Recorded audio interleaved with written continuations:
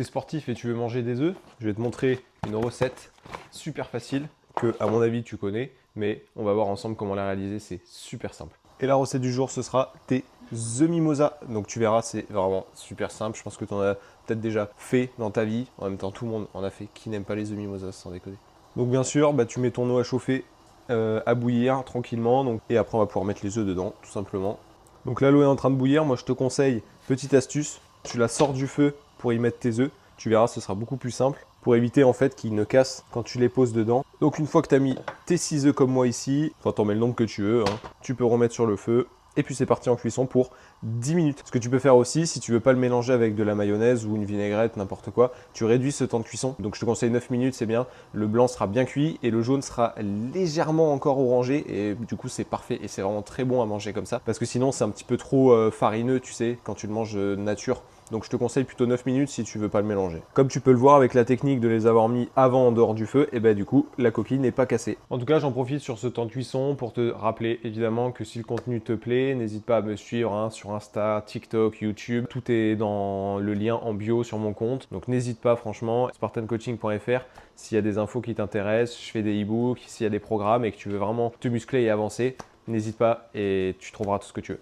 Donc là, tu viens les rafraîchir tranquille avec de l'eau. Vous pouvez même y mettre des glaçons si tu veux, c'est pas un problème. Et puis on va laisser vraiment refroidir par contre parce qu'à la manipulation, après tu verras, ce sera vraiment beaucoup plus facile. Hop, donc on laisse ça de côté tranquille. En attendant, tu prépares de la mayo, de préférence évidemment faite maison, 2 saladiers, ou 2 bols, n'importe, 2 culs de poule, ça c'est comme tu veux, et un petit peu de piment d'Espelette, mais ça c'est pour moi parce que j'adore ça en fait. Puis là, c'est parti pour la partie la plus sympathique. On va aller écailler les œufs, c'est parti. Bon là, rien de bien compliqué, hein, voilà, tu me le prends, tu me le tapes tranquille, et puis tu me fous ça dans un de tes 2 bols. Bon allez, on va accélérer ça, on se retrouve tout à l'heure. Bon ensuite, une fois tout fait, tu me prends évidemment un couteau, tu me l'affûtes et me l'affiles correctement. Bon là c'est vraiment pas compliqué, hein. Tu prends tes œufs, tu les coupes évidemment dans la longueur. Comme il est bien cuit, tu peux le pousser facilement. Tu peux légèrement, si tu veux, mouiller la pointe de ton couteau, enfin ta lame. Tu verras, ça va aider un petit peu à couper l'œuf sans trop le défoncer en fait. Ensuite, très simple, fourchette jaune, et là on écrase.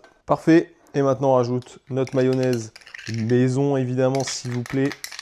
Faites-moi cet honneur. Ou si vous voulez pas de mayo, comme je vous ai expliqué, soit vous prenez nature, mais dans ce cas-là, vous réduisez un petit peu la cuisson, ou alors vous mettez un petit peu de vinaigrette, ça fonctionne aussi très bien, ou un petit peu d'huile d'olive uniquement si vous êtes en diète.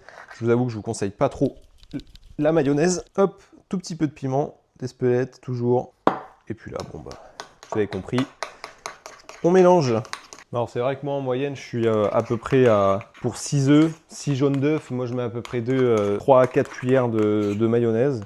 Donc ça après c'est à vous de voir selon la consistance que vous voulez. Et puis là voilà, on est pas mal. On va pouvoir mettre ça dans les blancs.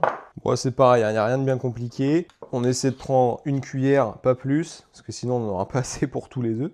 Ça m'est déjà arrivé. Alors le mieux, si vous voulez vraiment faire les choses propres, faites-le dans une poche à douille, avec une douille unie, hein, ça suffit. Ou cannelé si vous voulez vraiment faire dans la précision. Et là, vous aurez vraiment des œufs mimosa magnifiques. On peut rajouter un petit peu de ciboulette. Malheureusement, j'en avais pas ici.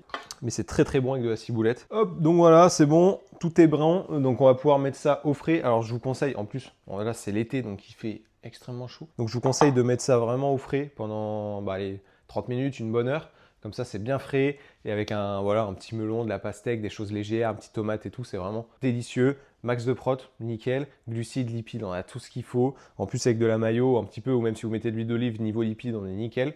Donc franchement, un max de macros, comme on aime. Il fait chaud, vous avez des œufs, de préférence bio, s'il vous plaît, prenez-moi des œufs bio. Franchement, ça vous fait un repas, mais vraiment, ça cale, c'est trop bien. J'espère que ça vous aura plu, les gars, et puis à la prochaine pour d'autres recettes et d'autres tips. Allez, ciao!